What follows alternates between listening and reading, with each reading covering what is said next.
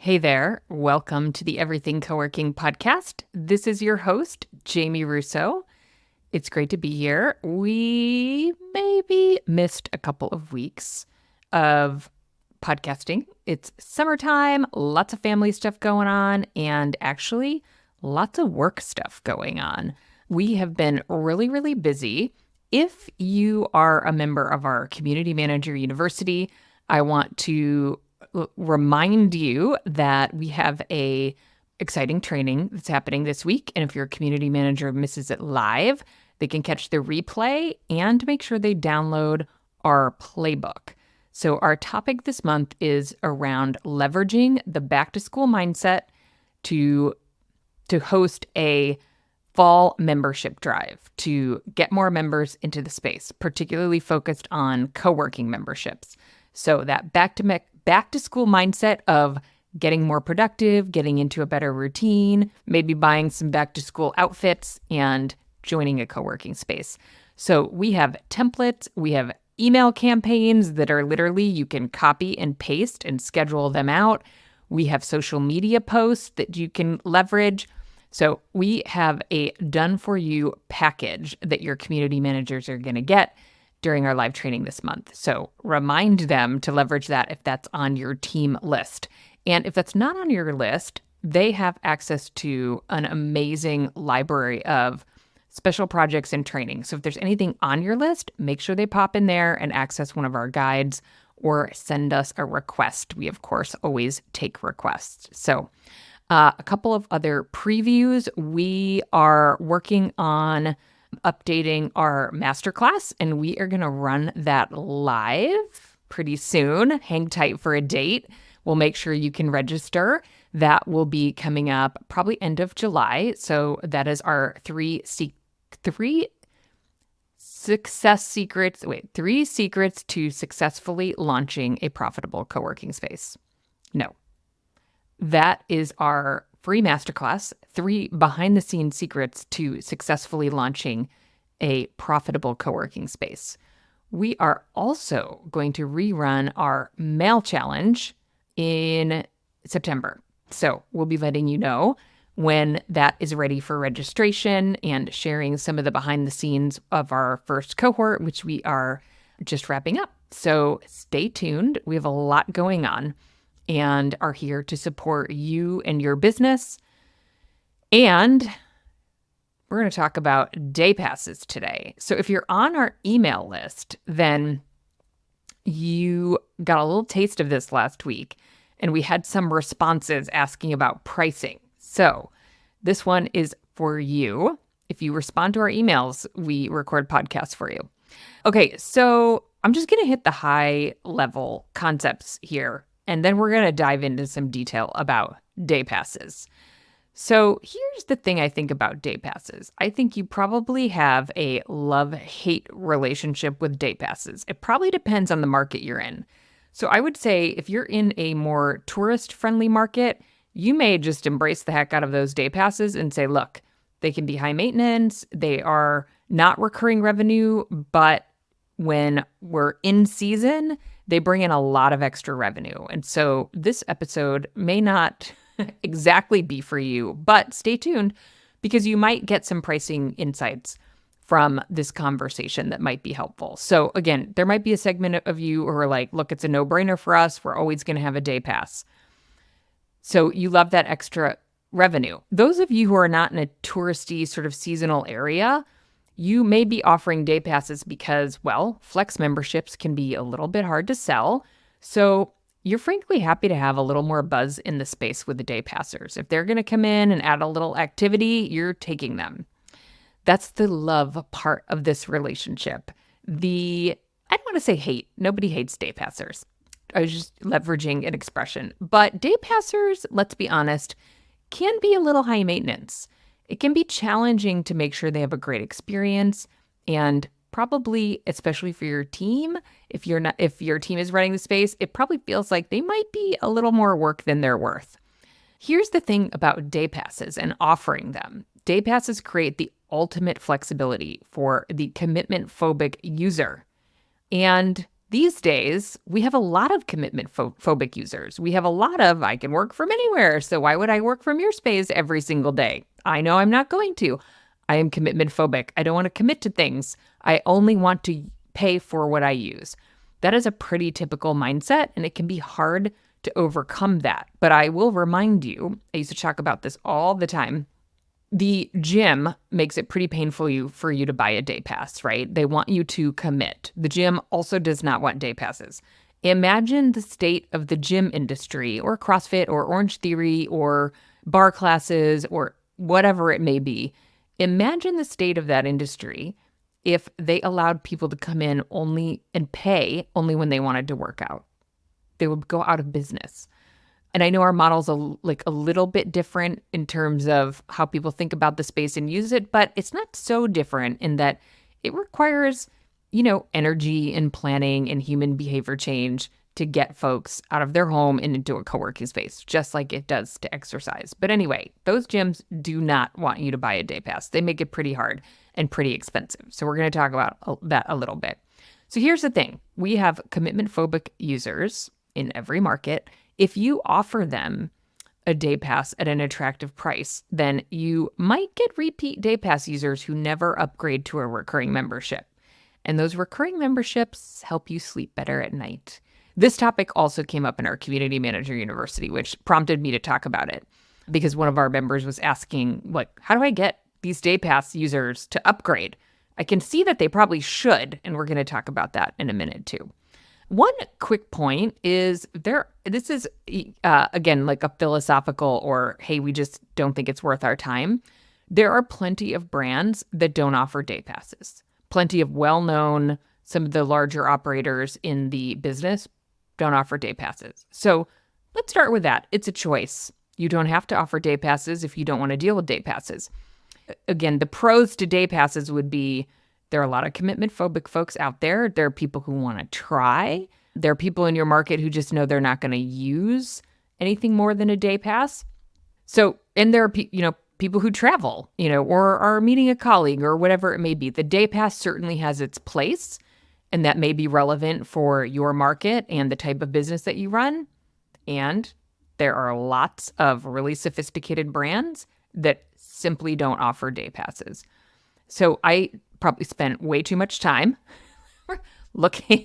doing like a market survey to do some research for this episode. I tend to go down rabbit holes on these things. And so I was just looking at a lot of different examples. The other thing I have noticed, which is probably a separate podcast episode, is that there are a lot of folks who still only offer full-time co-working. That may be working for you. It's not working for a lot of folks. Because the whole discussion about the day pass is that it's really attractive because it's for the commitment phobic. It's pretty hard to convince someone that they need full-time co-working, that they need to come to the office every day of the week. They know they're not going to. You may have some folks who do that, but if you're only offering full-time co-working, either you simply don't want to deal with fractional co-working members, or you haven't quite segmented as much as you could. We see the most common membership is like a 5-day-a-month pass. That is not a high ticket item, but it's probably pretty sticky. I don't know that for sure. It would be great to get some data on that. But it's a lower price point. People are less likely to cancel, and it aligns more with usage, which is really what people are paying attention to today. So let's talk a little bit about pricing, and then we're going to talk a little bit how to get folks to upgrade from a day pass to a recurring membership. Okay, let's talk about day pass pricing. So again, I'm speaking to the segment of you who would like to somewhat discourage day passes. You'd like to maybe not completely discourage them, so you offer them, but your preference is that folks would upgrade to a recurring membership. Now, again, if you're only offering day passes or full-time co-working, you probably can't expect that upgrade. That is a giant leap, which is why a lot of folks are offering the 5-day pass, the 8-day pass, the 10-day pass. I mostly see the 5 and the 10.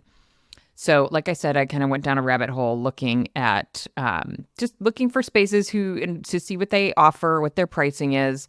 So I made a little spreadsheet to compare. So let's go through our first example. So this space is actually in a bit of a touristy seasonal area. And actually, I saw this happens all the time. I find errors on people's websites all the time.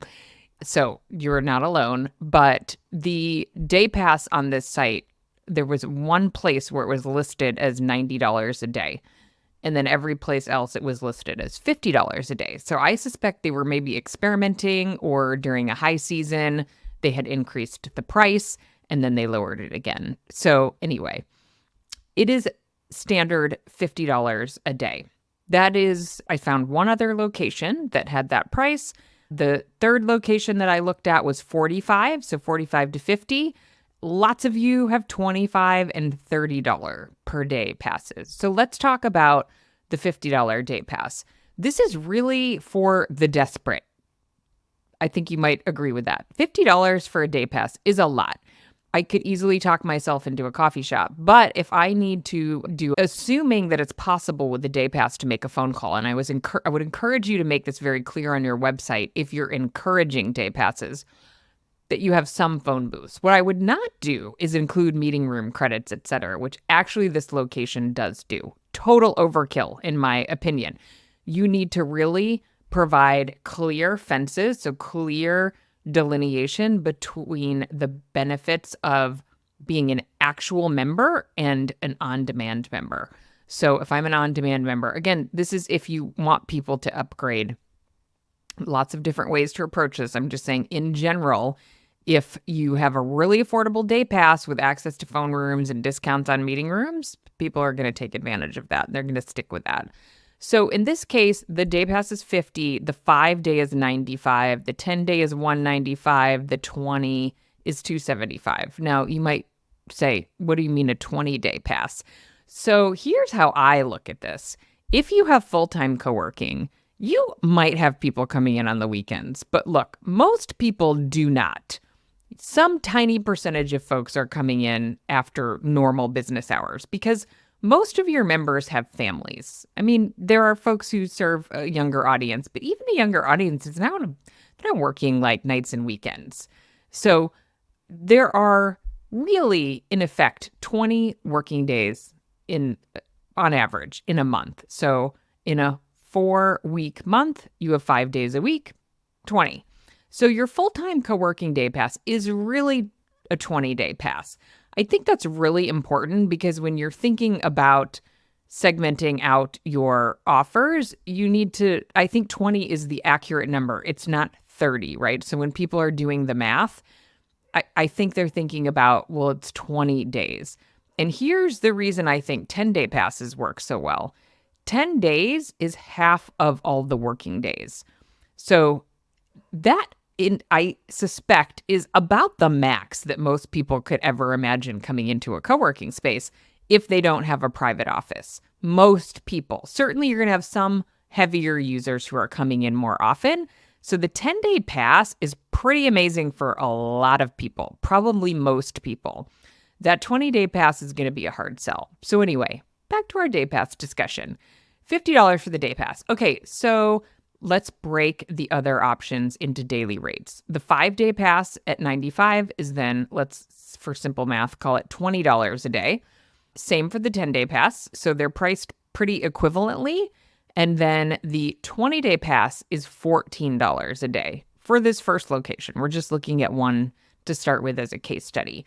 So what I like here is that if I'm willing to upgrade to a 5-day a month recurring membership and they have a minimum of 2 months on their memberships, then I'm only paying $19 a day versus $50. It's almost 3 times the price to do it as a day pass.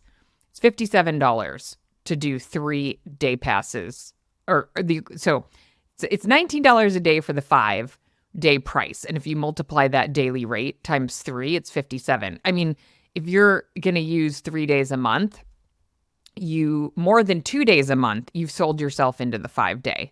And the 5-day comes with, in this case, meeting room credits, phone room credits, etc. So there's a ton of value in upgrading to that 5-day pass. I think the single day pass is only, actually, you know what? I noticed on their website. Sorry, I don't have everything pulled up in front of me.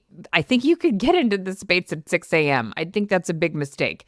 Day passes should be 9 to 5, because if I have a phone call at 8, then I need to have a membership. Unless you really have a lot of day passers and you just really want to make it easy for them to get into the space, and you're totally fine with them using your digital door access and letting them come in early and get themselves set up. But if you are trying to encourage the upgrade to anyone but the person traveling through, limit it to business hours, because that's going to be a reason to upgrade, is getting that 24/7 access. So I actually really like this pricing. The only thing I'm questioning a little bit is that the 5-day and the 10-day are the exact per day rate.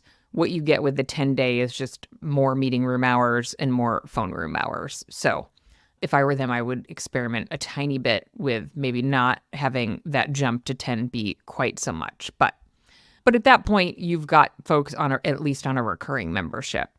So, and then the next example, the $45 day pass, there is no 5 or 10-day option. We go straight to the full time, which is $229, which is $11 a day. That's not actually the lowest. So it's also just going to vary by market. This is really important. So the daily rate on the full-time co-working ranged from $9.75 to $14. So again, I'm just taking the full-time co-working rate and dividing it by 20, which is the effective number of days in a working month. So $9.75 to $14. That's a pretty, or actually $14.95. That's a pretty big range. So there were 2 locations in this little sample set that I looked at that only offer the day pass and then the full time. So the other option that offered an in-betweener had a day pass at $25, and then the 8-day was their next option at $12 a day. So again, here, if you're going to, well, you'd have to come in more than 4 times a month. So 25 times 4 to make it worth upgrading. But your daily rate is much lower if you're going to upgrade.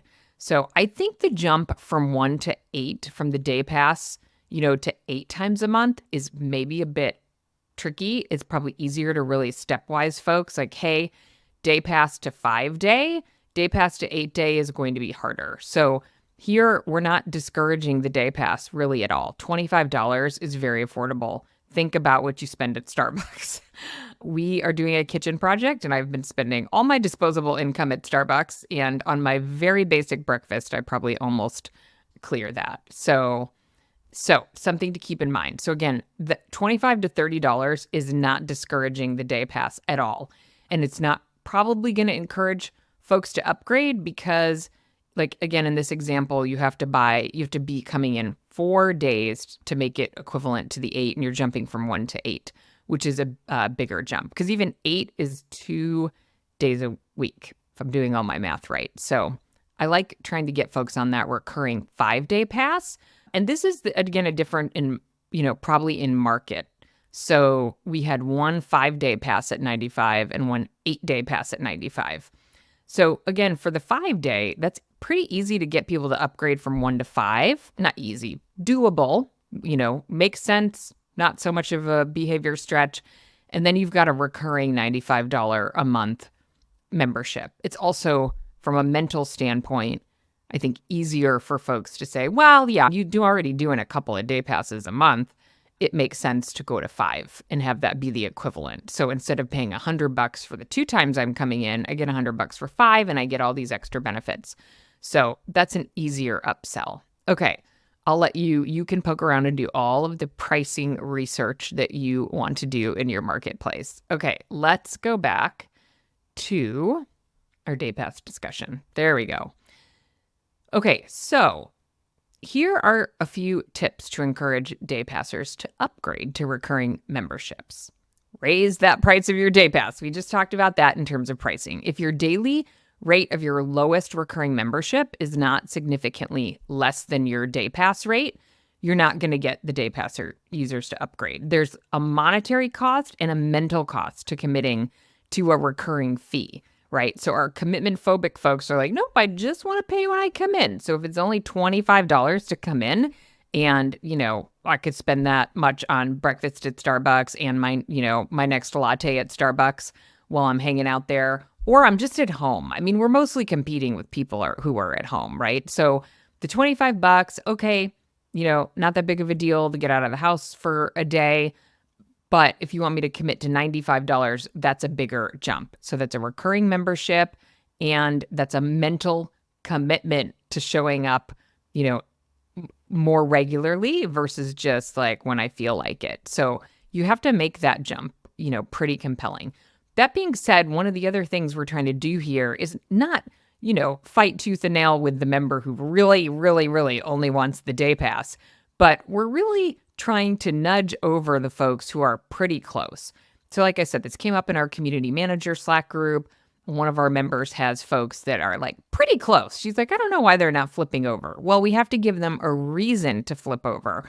And you can do that in a few ways. So we talked about pricing. So for those who are coming in, more than twice a month, probably make it easy for them monetarily to jump to the 5-day pass, which means your day pass needs to be more expensive. So 45, I like 45, 50 sounds really expensive. 45 feels more reasonable, but that's just intuitive. Pricing is really tricky, right? There's a lot of there's technical aspects of pricing. I took a pricing strategy class in business school. It was one of my favorite classes. We did some really intense projects. We talked, did a lot of work on like bundling and different, pricing approaches. And I just completely nerded out about it. And I think that's one of the reasons I still really enjoy thinking about it. The next thing you can do in addition to pricing, which we've talked about a little, is create a more compelling fence between your day pass and a recurring membership. So again, this is really about the benefits of being a member. Not that we want to treat our day passers as inferior humans by any means, but we really want to encourage membership, the recurring membership that helps you to sleep better at night. And a $95 a month membership is not going to make you rich. You need to sell a lot of them. But on the other hand, they add up a lot faster and they're just more predictable than the day passes, right? So again, you want to make it not as comfortable to be a day pass member. Business hour access, you're not getting meeting room discounts, you're not getting the other advantages of being a member. So you want your memberships to come with those benefits and make them more compelling. Discounts on meeting rooms, maybe some meeting room hours included or phone room hours. After hours access is available to them. Discounts on anything else you offer, etc. And then to really tip people over, you have to encourage them, suggest it to them, remind them that it's an option. Because we as humans, we're super busy and we just don't do things like for no reason. So we got to give people reasons. And one way to do that is run periodic promotions to create urgency and scarcity. Humans make decisions with a little bit of urgency and a little bit of scarcity. So we generally operate on inertia, and you have to give humans a compelling reason to change their behavior. So encourage the upgrade by offering things like new members only promotions with a compelling discount on a recurring membership for a short period. You could put a minimum membership commitment on that promotion, such as 3 months. So you don't want people upgrading. You have to do all the admin work of changing their membership, and then they cancel because you gave them a really great deal for 1 month, and then they opt out and they go back to the day passes. So don't do that. Say, look, this is valid if you sign up for 3 months at a time.